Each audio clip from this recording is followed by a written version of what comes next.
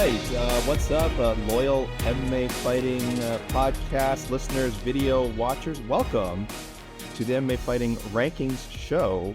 Yes, we are still doing these. I know it's been a while. It has been 3 months, actually. It was back at the beginning of June. We did our most recent rankings show episode, and there's been some changes around here, as you guys didn't know. We'll get to that in a moment. First, anyone listening, by the way, via podcast, this is the voice of Alexander K. Lee, and I am joined by my wonderful co-host. First, my best friend, on to the next one, co-host, Michael Heck. Hello. Jed is upset, which makes that intro even better. So thank you, AK. Also joining us is, of course, the Between the Links legend himself, the Jed Meshew. The second fiddle. Just an also ran. I see a clear pecking order has been established immediately. You're both and I don't care for you weaponizing your friendship in this fashion, just using like a cudgel against me, AK, because you disagree with some of my rankings takes. I'm weaponizing that friendship like Colby Covington weaponized that cardio. I'm telling you, it's the best thing. Guys, let's get right into the show here. I do want to touch on, again, some of the changes that have kind of happened to the rankings and our panel. As people know, earlier this year, we parted ways with the great Stephen Morocco, who was one of our panelists. And of course, just a few weeks ago, Shaheen Al-Shadi made the jump over to Yahoo Sports and Uncrowned. So we're down to six. We're down to six panelists now. It was an 8-person panel. We started a few years ago, down to 6. So it's changed the math up a little bit. I'm sure people who saw the rankings post today, by the time they listen to this, will notice a lot of movement, some of it for obvious reasons, some for not so obvious reasons. That's kind of what happens when someone's whole ballot just drops out. So I just want to do a quick check here. Jen, I'll go to you first. Just how are you feeling about your own rankings right now, and also the site's rankings? Just the division, not talking pound for pound, just talking about divisions. Yeah. I'm glad you clarified, because I actually don't even love my own pound for pound rankings, if being honest. No one does. No one does. But I will talk about it. I have some regrets. My divisional rankings, I mostly feel really good about. There's some like weird ones out there, which maybe we'll talk about, maybe we won't, just because we've had some drop-offs. There are some very thin divisions, but overall, I think we're pretty good on where we've hit. Like that, the purpose of doing rankings is, obviously, if these are my rankings, I would believe they are the smartest, best rankings of all. But I am also at least cogent enough to recognize that I might not be an unbiased observer in these instances. And so when we get a big group of people like we have, wisdom of the masses, I think we mostly got everything right here, guys. Just pack it up. We win. Yeah, we did it all. I want to agree. I feel like, again, anyone who sees our rankings, I'm sure they'll have little nitpicks here and there, especially when it comes to pound for pound. Like I said, I don't really want to dive into that too much this episode. Mike, I'll go to you. I don't want to do a full airing of grievances, but I will say, are you mostly happy with your own rankings? Did anything in our consensus rankings jump out at you as odd? Or, if you'd like to take a moment, anyone else's personal rankings? I didn't really dive too deep into everybody else's personal rankings. Just didn't really have the time. We'll save that for the end of the year. But I will say there's one concern that I had. And I'm happy to say that the MMA Fighting crew as a unit, we got this right. Because the UFC rankings certainly didn't get it right. I was concerned about where Diego Lopes would be ranked at featherweight. There is just no world, as great as that win was against Brian Ortega, there is just no world where he should be ranked higher than Movsar Evloev, because they fought and Movsar Evloev beat him. And I believe most of us got it right and ranked Evloev higher than Lopes. And in our actual group rankings, Evloev is 4 and Diego Lopes is 5. So my one concern, I think we're okay. I think we got it right. And featherweight's just a damn good division. And we did a damn good job. Can I play devil's advocate? Go ahead. Yeah, before you did, let me just say that. Yes, UFC jumped up Diego 10 spots from 13 to 3, leapfrogging Movsar, who was down at number 6 behind Brian Ortega and Yair as well. Go ahead, Jeff. Again, I in principle agree, because I have Diego Lopes behind Movsar. I don't think it's that egregious. I think obviously these two did fight and there is a definitive winner, but There is a little bit of what have you done for me recently, and since they fought, Diego is now 4-0 with wins over all ranked dudes, meaningful, significant wins. And Movsar had a tough win over Arnold Allen in a fight that, was kind of up in there. So I don't actually think it's egregious to have Diego Lopes over Movsar, especially when you factor in, the situation surrounding their fight. Very competitive. Lopes came in on like 4 days notice or whatever. I didn't choose to do that, but I've seen a lot of backlash to that just broadly in the MMA Twitter bubble. And I actually think it's defensible, even if it's not the choice I would have made. Yeah, I'm not saying it's bad. It's just wrong. And that's okay. We can be wrong. We can be wrong once in a while. AK, can I say something that I am very proud of us for as a unit? I don't have I didn't go back and check this, but I'm fairly confident when I say this is the first time in since the inception of the rankings, maybe, where only one weight division has multiple first place votes. Women's bantamweight is the only weight class with multiple first place votes. Everybody else, there is a unified champion amongst the panelists. And that cannot be true of basically any other time, in part because of me. Like, I have been the big problem in that situation a lot. Is this a good thing, though, Jed? And we should tell people, you were threatening. You were, on the night of, you were threatening to have Umar as your number one bantamweight. You threatened it. You teased it. Well, Umar was my number one bantamweight coming into UFC 306. Oh, true. Right. I already had him number one. Right. But then I went back and I just sort of reconsidered the full resume that Merab has put. And though I will confidently pick Umar to beat Merab should they fight, I mean, you beat 4 straight former champions in a row. At some point, it doesn't matter. In the same way that I ultimately acquiesced to Leon being the top welterweight, despite believing Shavkat is the best welterweight. He had done enough. The man deserved his flowers. I feel the same with Merab. I will pick Umar, but just the proof is in the pudding of what he has accomplished thus far. And I caved. I caved to public pressure is what happened. That's fine. I think you're going to have plenty of time to shake. I feel like there's results before the end of the year that's going to have us kind of like questioning some of the rankings. And is whoever holds the UFC title, are they number one? Ngannou's coming back at heavyweight. I don't know how we're going to handle that. John Jones. Renan Fajeda, incoming number one heavyweight. He might be. John Jones is going to fight again. And that's, again, I'll tease that. That's a topic of discussion for later. His fight with Stipe is officially rebooked for this year's Madison Square Garden card after supposed to happen last year at Madison Square Garden. So we'll have plenty of that to discuss. But yes, Diego Lopes, it's not a travesty, I suppose, but I think I agree with my best friend. I put Movsar's wins slightly over, though. He's 8-0, man. Like, he's 8-0 in the UFC. And he beat Diego head to head. He owns the win. I guess the only argument would be a lot of decisions, though. Jed's favorite fighter. Give me those fighter, first round finishes, baby. Jed, your favorite fighter, Brian Ortega, who you've often called all around the best fighter in all of MMA. I feel like the most well-rounded. Literally the only reason I have him ranked is you forced me to. Yeah, you almost. I had removed him from my featherweight rankings, and you were like, "Nope." And you didn't want to put him back in. You are not allowed to do this. He cleanly beat Yair, and you did not want to put him back in. But technically, just so we're clear, Yair's ahead of Ortega in the UFC's rankings. What? Yair is ahead of Brian Ortega in the UFC featherweight rankings. You're right. Yair's number. How does that's way more egregious than Lopes being that makes no sense.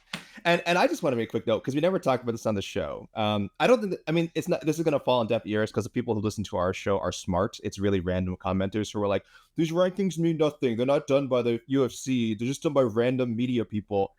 Guys, who do you think does the? Who do you think does it? You know who does the UFC's rankings? Random media people. And when I say neither do I. Worse media people than us. I'm not going to make a qualitative comment. But I will make a qualitative statement on it. Sadly, worse media people than us. I don't think you can find the list of official panelists anymore, but I guarantee people have not heard of any of those outlets, or at least the vast majority of them. So we are, as I would say, or as Jed would say, more valid, more of an authority on these rankings than the official panel, guys. There is no official like people inside the UFC who are doing these rankings. That's not a thing. Ring Magazine is widely considered to be one of the real belts in boxing. Who do you think Ring Magazine is? It's a bunch of people. That's what we are. Yeah. We are the definitive ranking system in MMA, because these aren't UFC rankings, guys. These are MMA rankings. So we got 2 new champions, guys, of course, which means 2 number 1. Well, 1 new number 1, 1 and again number 1, as we just mentioned. Merab, yes, number 1 for now. We will see how long that lasts. Hot on his heels, Umar Nurmagomedov jumping 6 spots. People keep in mind, again, it has been 3 months since our last ranking show, and it has been, I think, 6 weeks since our last full divisional update. So this is the win over Corey Sandhagen. This is one reason why Umar has jumped up so much. And Sean O'Malley dropped down to number 3. So a little bit of controversy, though I'm sure if you asked most MMA fans, you're getting 95% would pick Umar to beat Sean O'Malley, so maybe not that controversial. But we have a new champion at bantamweight. We have, and again, Valentina Shevchenko at 125 pounds. How long are these 2 going to stay at the top? I don't know. In fact, a lot of the divisions have some pretty fast rising contenders. That's really the first topic I want to talk about this week, guys. Let me see here. I've already lost track of my notes. This is a great way to start as the first show hosting myself. All right. We had several people jumping big spots, and even if you move like 2 or 3 spots in the top 10, that's like huge, right? I think people will know once you reach the top 10, depending on the division, it's pretty hard to move up. So if you're jumping 2 or 3 spots in the top 10, then you are definitely emerging as a dark horse contender. So I'll just go here in order of weight. Caio Borralho, finally we gave him a ranking, and he goes all the way from unranked to number 6. I think if you tally the votes, he would have been like 16th or 17th. So it's not like he was completely off the board, but huge jump right to number 6 after his win over Jared Cannonier. Sean Brady jumped from 9 to number 6 after beating Gilbert Burns. Diego Lopes, we just mentioned, jumping to number 5 after the win over Ortega. Umar, again, Corey Sandhagen, 8-2. Norma Dumont, I can't believe it. She might actually be good. Jumping into the top 5 in the Shark Tank, that is the women's bantamweight division, going from number 12 to number 5. And Natalia Silva, Natty Ice, creeping up, but I think in the eyes of many, maybe closer to a title shot than some of the people I just named. She goes from number 10 to number 8 after the biggest win of her career against Jessica Andrade. So, gentlemen, what we're going to do here is we are going to do a little power ranking. People love power rankings. Let's try and get an order here. Who we think is closest. Maybe give me your top 3. Let me give you your top 3. Of those 3, and I want to in order rank who is most likely to win, to become UFC champion. Not just to get a title shot. Who is most likely to become UFC champion? I wonder if I should exclude Umar. I feel like we're all going to pick Umar. Do you want to exclude Umar, guys?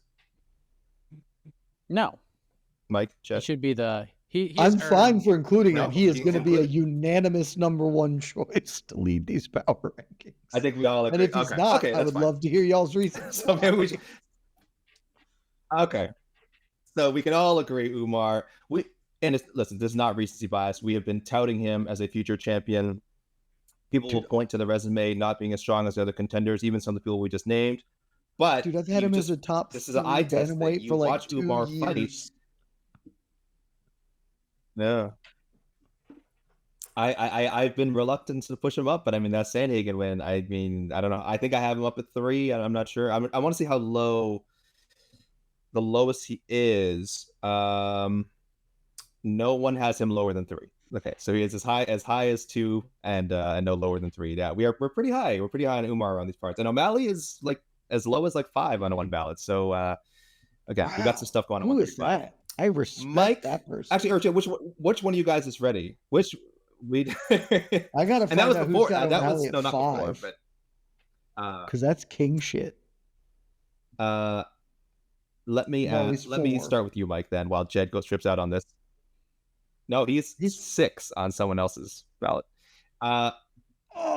Jed, while you're tripping out on that, Mike, give me your rough power ranking, sir. You can change it up by the end of the segment, but at a glance, give me your. Assuming Umar is number 1, maybe then give me 2, 3, and 4. Umar's 1, Natty Ice is 2. Mm-hmm. I'll say Sean Brady is 3. Even though I think he's got a hill to climb, I do think to win it, skill-wise, you think he can win it? I think like out of these guys, I would rank him 3. I think his okay. strength, how about 4? Give me his bruteness. Yeah.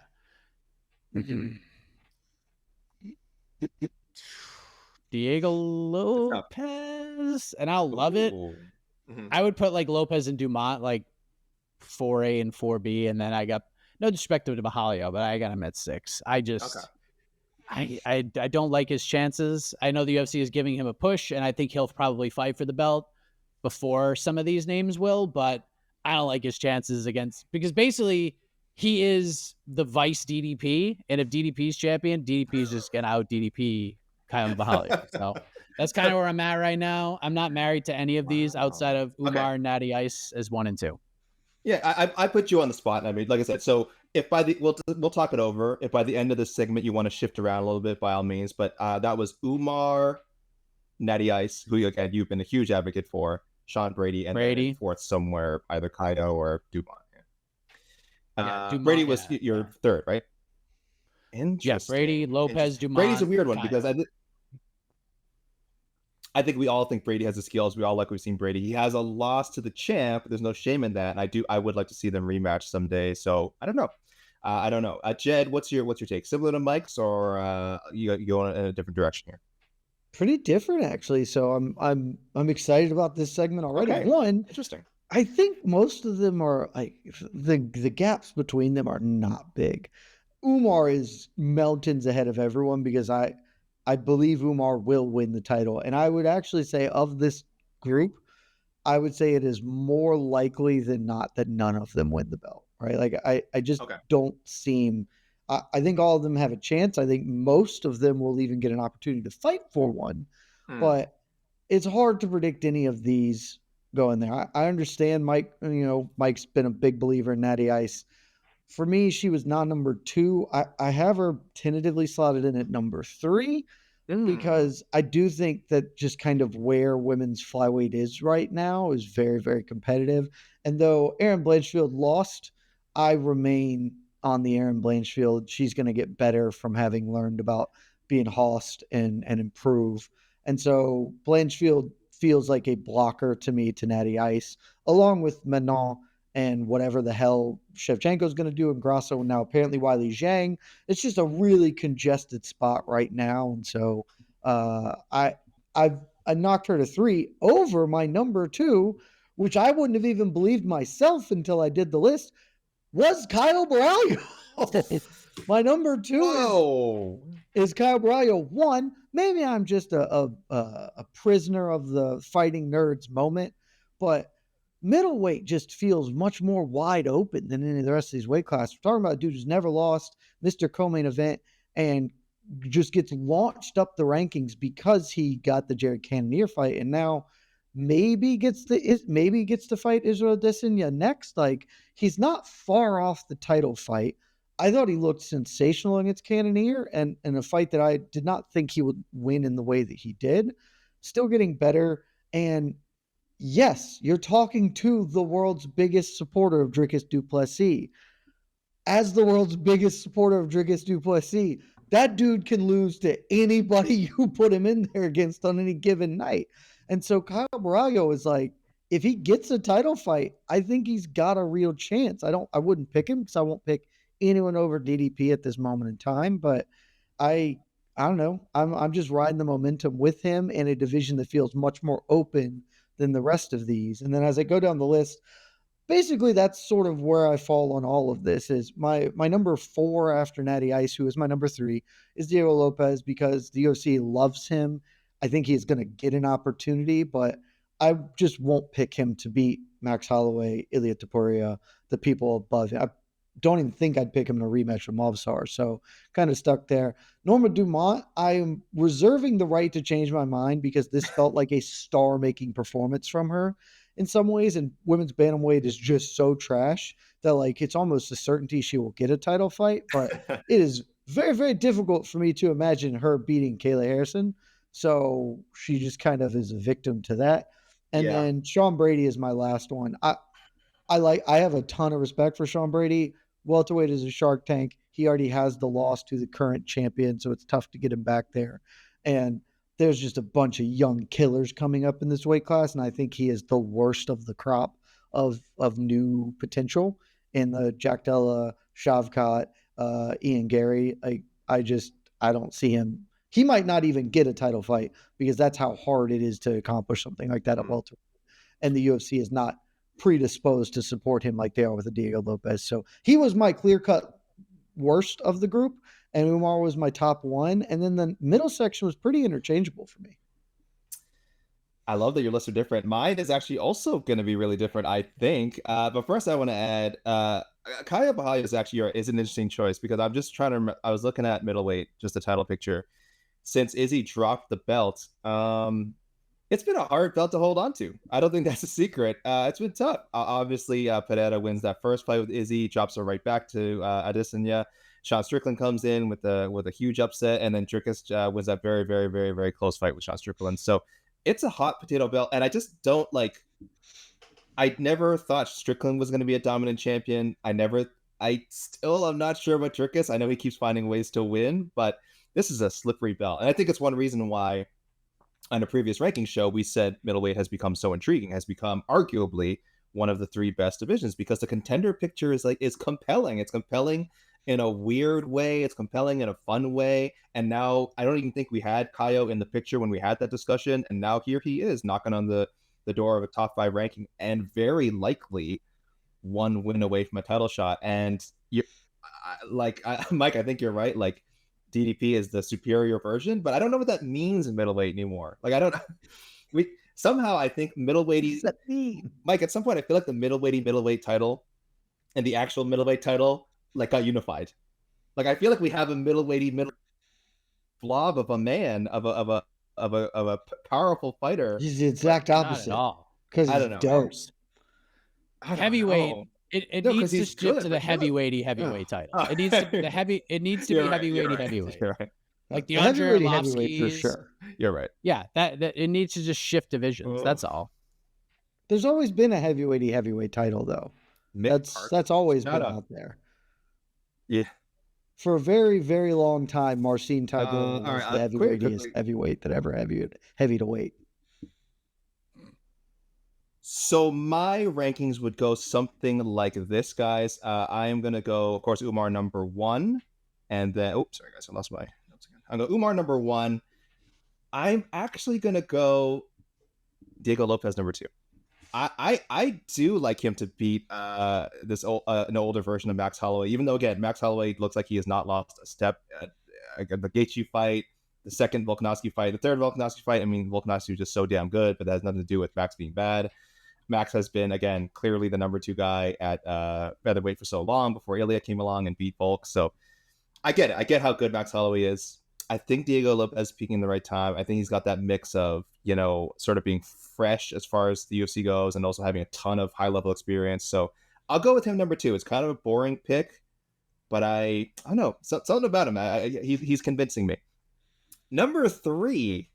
So I swear I'm not just doing this. I already know what you're going to say. I swear I'm not doing this a bit. Norma Dumont, listen. I don't think she is good. She might be after what she did to Reina Aldana. She might be after what she did to Reina Aldana. But like we said, she's of this group, she's incredibly likely to get a title shot. Maybe if we were ranking just likelihood to get a title shot, she's maybe number 1 or number 2. It's going to happen. They don't have contenders in this division. Kayla Harrison is great.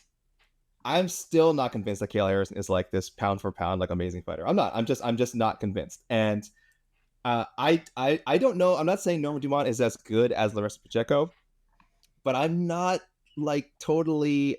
It's not totally out of the question that she could do what Pacheco did in the third Harrison fight, if that makes sense. Maybe I'm way out. Maybe I'm way out of line here, but I could see a world now where Norma Dumont becomes UFC bantamweight champion because it's the women's bantamweight division.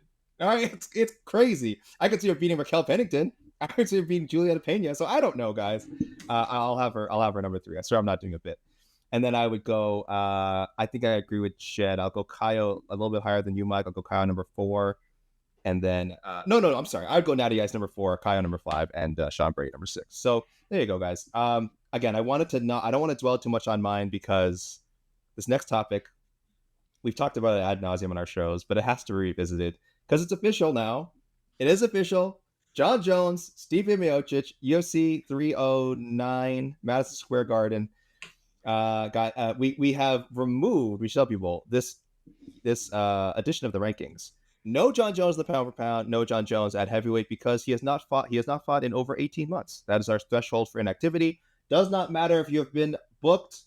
This happened with Michael Chandler recently. We have people saying, why are you taking Michael Chandler out of the rankings? He's going to fight Conor McGregor, assuredly, in a couple of months. And oh, how we laughed. Oh, how we laughed when people criticized us. Oh, how we laughed when that fight fell through. Guys, you're not active until you actually get back in there. And if you think Jon Jones is a sure bet to get back in the cage, that is quite the joke. So Jed is already dancing. He is ready. I'm so glad we're on video so we can get my happy dance. Okay, we can get Jed's happy dance on here because I'm just gonna ask. There's a number of things that could happen. Okay, it's not a guaranteed win for Jon Jones. He will be a heavy favorite. I haven't seen the latest odds. Jed, we'll start with you. Where will you rank Jones at heavyweight if he beats Stipe Miocic, and where will you rank him pound for pound? I will not rank him at pound for pound 100%. Oh my! Whoa! Where was he in your rankings when last time he was there? Pound for pound, he has not been on my pound for pound rankings in months. Oh my god! Actual months. It might even have been at the start of this year. Was the last time I did. Dana White, you're the guy he's talking about when Dana White's complaining. It's you. I do not believe there's a defensible reason to have him in your pound for pound rankings. Like, just outside of the now time limit thing, he has one fight in the last 5 years, and yes, it's a win over Ciryl Gane. Is Ciryl Gane in your pound for pound rankings places? Like, he's not really populating a lot of pound for pound rankings, and so. Cool. Prior to that, he beat Dominic Reyes, who then lost 5 in a row or whatever. Like, he beat Anthony Smith and Thiago Santos. Like, these are pound for pound is not all time, and so you shouldn't have him. So I didn't. And I gotta tell you, him beating a dude who hasn't won a fight since the Trump administration. Like there just ain't no reason that win puts him back. Wow. Like, because that's just not a meaningful win. That's just it. That is a meaningless win to me. All right. To him, maybe it's not, that's fine. To me, that is meaningless. He will not get ranked pound for pound. I am desperately hopeful that I won't even have to rank him at heavyweight because he will just retire in the cage like the big bark chicken that he is. And then I won't. If you make me, he will, get ranked one above Ciryl Gane, wherever Ciryl Gane is in my head. Jed, hold on, Jed. We have to factor something in. So I should have said yes. Preface with, let's assume he doesn't retire. Let's say he beats me, which just does not retire. And let's say we have to remember there is a fight before then with some pretty serious implications. The battle of the giants. Francis Ngannou will return to MMA to fight Renan Ferreira. If Francis defeats Ferreira, if Jon Jones defeats Miocic, what does your top 3 heavyweight look like come the end of the year, Jed?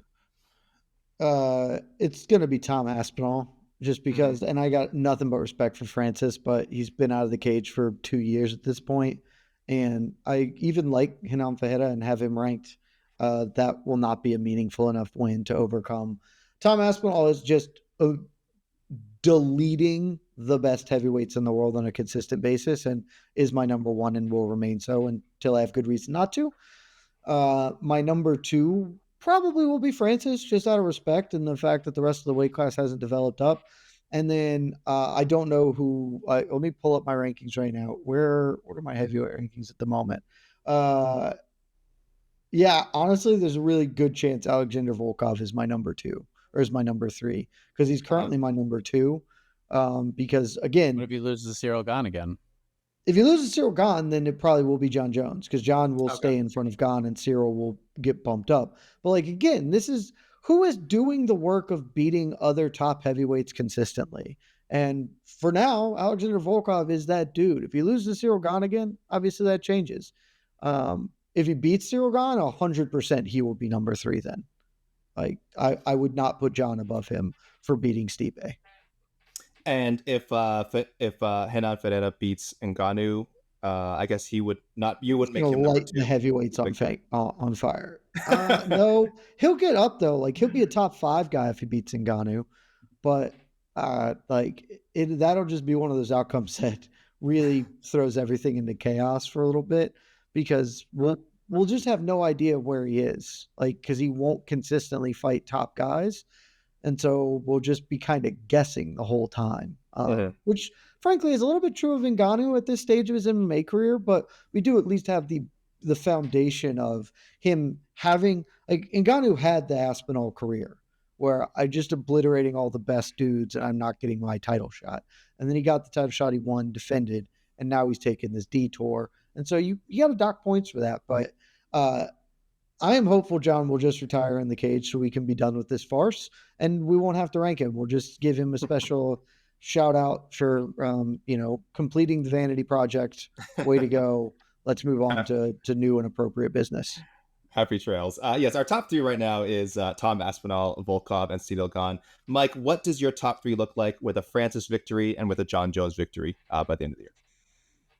I mean, Jed's going to hate it, but it's going to be Aspinall. Aspinall will be 1 for sure. Jones will be 2, and then Francis will be 3. I mean, that's just where we're at. Pound for pound. Why? Why is Francis Francis's behind last John fight in this was scenario? Well, I mean, Francis's last fight was a spirited but lackluster decision win, and yes, there was an injury, but man signed a contract when in fight. John. So don't fight. Like, what do you want me to do? That's just the result. When John fought a dude who didn't have knees, he almost lost to Thiago Santos. It's the same thing. So there you have it. Both guys won, so that evens out. That's a complete slashout. Henan Ferreira, I don't know. I mean this with my whole chest, and there are going to be so many people when they see this that lose their mind. Beating Henan Ferreira is a more significant and meaningful win today than beating Stipe Miocic is. Clip it. I believe that. Casey in the truck. Clip it for social. Put it up, and I'll stand by it.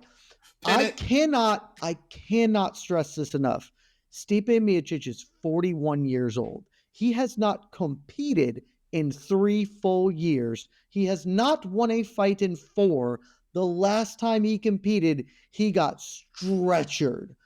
He is not relevant to current heavyweight MMA. That is not to say he is not an all-time great. It's not to say that he couldn't be relevant if he fought, but he hasn't. He has sat on his ass waiting for this fight or for whatever else he was waiting.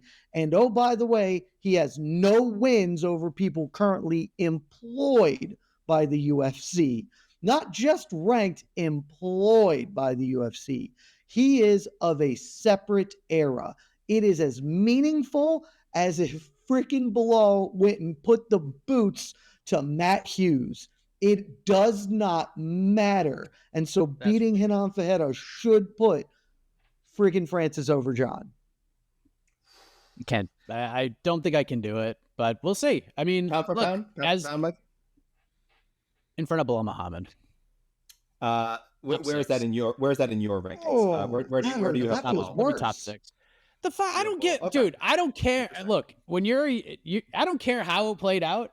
John Jones is the UFC heavyweight champion, and I'm not to me that just deserves a higher ranking. He's not going to be above Tom Aspinall in that discussion, but I'm gonna put John up there. His resume has to matter somewhat, and to me, I'm not gonna play you look John in a room with somebody else. You can rank however you want. That's just how I'm going to do it. But again, I don't think John's going to fight again. I think he's going to retire. So none of this matters. He's not going to fight again. He's going to beat Stipe, and then he's going to ride off into the sunset. And this conversation means nothing. Francis will be higher in both rankings because John won't be there. And that's just kind of the way I view it. That was going to be my quick question for both of you. Where's Francis going to land?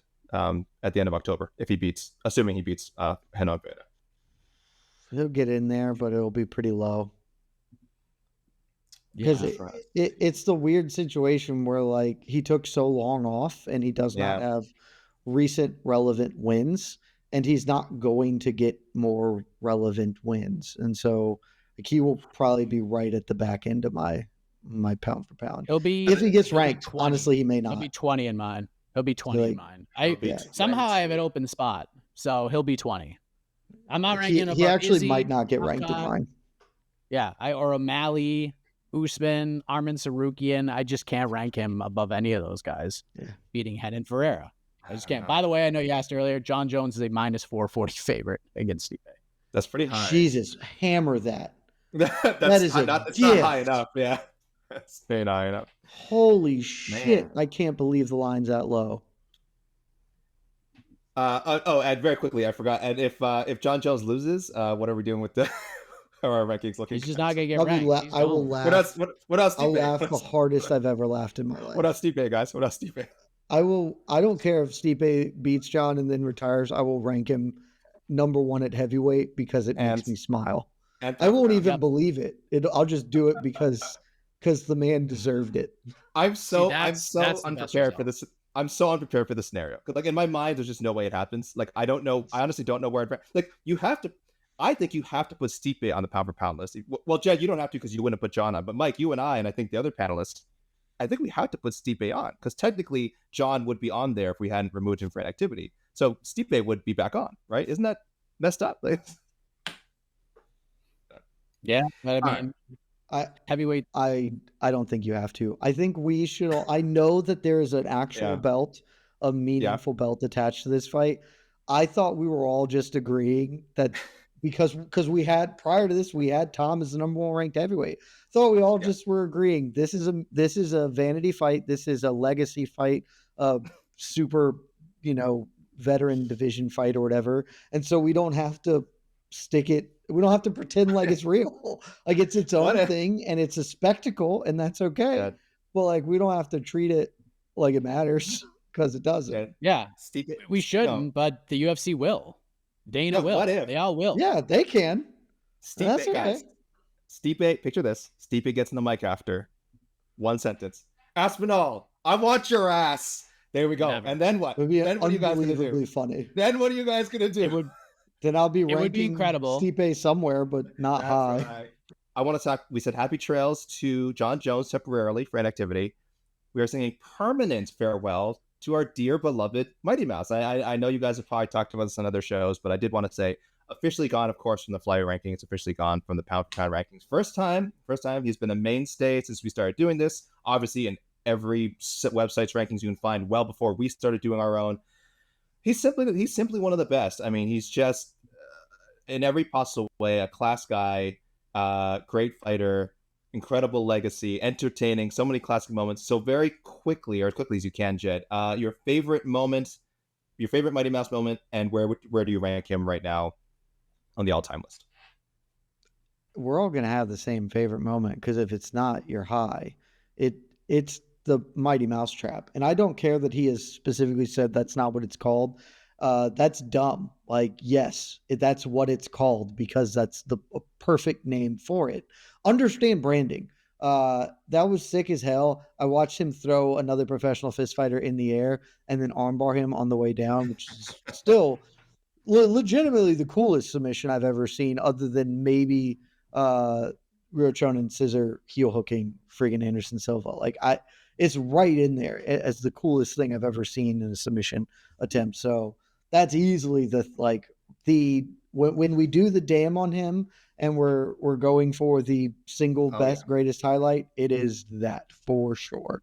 As far as where does I have him on my all-time pound for pound list, I believe that pound for pound there's a pantheon and it's basically a tiering structure of, to me, there are 6 dudes who are goated. They are in the top level. If you have any of those 6 as your pound for pound best fighter ever, that's fine. There is no real definitive way to parse between them. It's all choice, and there's only 6 of them. DJ is among those 6. The 6 is DJ, GSP, Anderson Silva, Fedor, Jose Aldo, and who else am I forgetting in this list? Oh, John Jones. Sorry. I was so blinded by my hatred of John Jones. I wonder why you forgot him.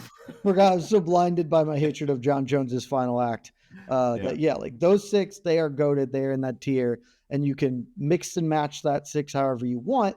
But DJ is among the 6 greatest fighters to have ever competed in this sport. And of that group of 6, he is one of the only ones without controversy. John Jones has enormous controversies in and outside of the cage, and with the multiple drug testing failures. Anderson Silva repeatedly failed drug tests. There are several. Fedor never fought in the UFC, the whole pride thing. Like, there are criticisms for everybody that is in the pantheon in general. DJ doesn't have it, and that is pretty remarkable. The only knock on DJ, which is completely wrong, by the way, but this is one that people always bring up, is, he didn't fight in a strong division, which is crazy, because I actually argue, and this is going to get me a lot of shit, I actually think he has one of the strongest not from you guys, because you're smart, but your average fan, they always say, flyweight is weak. I think he actually has one of the strongest resumes of any of the guys that we look at, like the dominant champions, because don't measure by name power. Objectively true. The name power. Look at how well a lot of his opponents did after he beat them. Like, these aren't guys he beat and then you never heard from them again. Like, he beat these guys, and a lot of these guys went on to continue to get quality wins, continue to contend. You cannot say that for a lot of champions. Like this, he actually has one of the strongest resumes. It's just like people go, well, he didn't beat any other champions or whatever. It's the same thing with the Aldo thing. He didn't beat any other champions. Yeah, because he wouldn't let anyone else have it. That's why he beat a lot of high quality guys. So that's the only real argument. But I know what you mean. No blemishes as far as weird outside the cage stuff. Mike, very quickly, I assume you have the same favorite moment. Do you have a solid number you could put next to DJ's name on the GOAT list? I mean, I don't have much to really add from what Jed said. I think he's spot on with it. I guess, the Mighty Wizbar is the correct answer, but him frigging ethering Adriana Moraes is, I love that moment so much, because there were people on this actual rankings panel who were ready to put him as the best flyweight in the world, which is absolutely ridiculous. I'm sorry. He beat DJ and all that, but to put him above what Brandon Moreno was doing at the time, we had heated debates about this. We did. And I was firmly on the corner of, that was a good win, because he was also a featherweight fighting a flyweight that night. But at the same time, or maybe a lightweight, if we're being honest. But at the same token, I was not going to rank him above Brandon Moreno after what Moreno had done. And I also thought that Brandon Moreno beat Figgy in the fight that he actually lost the belt. So there's just no way I was going to do that. And then I just felt so justified when DJ landed that big flying knee and just iced out Adriana Moraes. I just felt so vindicated from that moment. So to me, that kind of helped as well. But the Mighty Mousetrap, the Mighty Wizbar, that is the greatest submission of all time. Nothing's ever going to top it. That's it, man. DJ was the man. And we talked about this on our reaction show. The other thing I love so much about DJ, everyone kept asking him about moving up in weight, and he just said, no, unless you give me a whole bunch of money, I'm not doing it.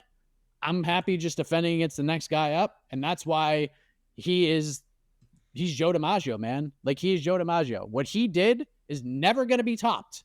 There's no other guy or gal ever for the rest of my time on this planet that is going to defend their title in the UFC 11 times in a row. It's never going to happen. It's never going to happen again. So appreciate that. When you see all these guys who run off 2 title defenses, immediately saying, I want to go up and fight the next guy. I'm the GOAT. Go beat that record. Get to 8. If you get to 8, you will be on that list. Any future fighter gets to 8 title defenses, you might just end up on that list that we're discussing right now, the GOATed fighters.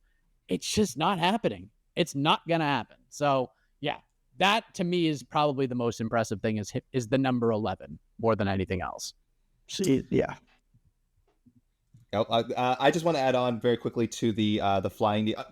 Armbar, number 1, of course, but the flying knee, the poetry of it, because he had lost by knee to Adriana Moraes was amazing. Yep. Having a moment because listen, we have this problem where sometimes people leave the UFC and fans just ignore them. They're just they're gone from the UFC. They're dead to me. I don't care what they're. This was way before Francis left and caused such a big deal. When the DJ trade happened, it drew some more interest to one championship, but there's also an element of I don't need to follow DJ anymore. And then when he lost, we were like, well, he's done. That's it. So for him to have this moment outside of the UFC on his own terms in a rematch with the big guy, who he then later went on to beat one more time just for good measure. Just there's so much poetry to this man's career. And it's great. It's great to see him go out again on his own terms, retiring, crying his eyes out, his voice squeaking to the high heavens. I'm getting emotional just thinking about it. So, guys, that's it for this week. Thank you, Jed. Thank you, Mike. Thank you, producer Casey. Hopefully we can do the ranking show more frequently. Kind of depends on our schedules these days, but we love to talk about this stuff with you guys. Send us your questions, comments, what have you on the website, on social media. Let us know what you think of the rankings. I'm sure it's all positive. Sure, 100% agreement because we always nail it. But yeah, we got some big fights coming up. 2 pay-per-views, guys, in October, I believe. And we're definitely might have some rankings shakeups by the time we do a show. We got Ilia Topuria, Max Holloway. We got Khalil Roundtree and Alex Pereira. I don't know why I said Khalil Roundtree first. We got fights. Board killer. Plus 307 is like exclusively ranked fighters competing on that card. We got some stuff. Oh, how could I forget the most important title fight? Raquel Pennington, Juliana Pena for the women's bantamweight title. So a lot of stuff going on, a lot of shakeups. Next time you see us, we'll definitely have plenty to talk about. But thank you, everyone, for joining us today, whether you're watching or listening or psychically tuning in somehow, which would be pretty freaky. Thank you. We love you guys, and take care.